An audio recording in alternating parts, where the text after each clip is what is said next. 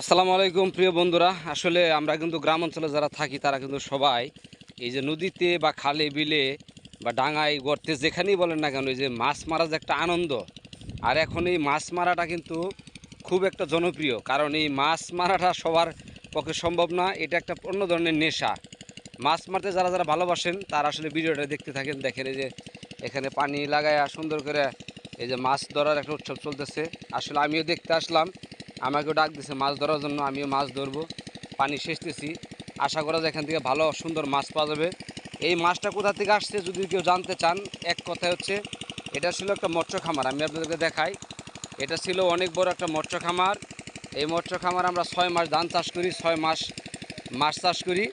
এই যে ধান চাষ করার আগে যে মাছ চাষ করছিল, তা ওখান থেকে কিছু কিছু মাছ যে থাকে, সেই মাছকে কেন্দ্র করে কিন্তু এই মাছগুলি এখানে অনেক ধরনের মাছ জন্ম হয় এবং মাছ বাড়তে থাকে। এবং এখান থেকে আমরা মাঝে মাঝেই এই ধানের জমিতে অনেক ধরনের বড় বড় বিভিন্ন দেশি মাছ ধরে থাকি।